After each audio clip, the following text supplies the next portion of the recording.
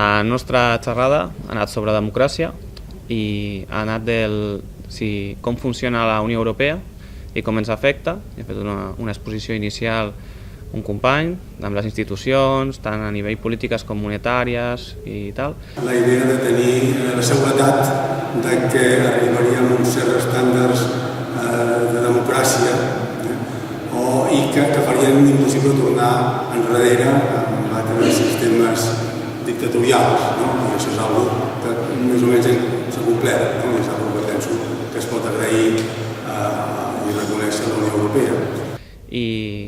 I després s'ha obert una mica debat sobre si realment amb aquesta democràcia és suficient, si s'ha de millorar.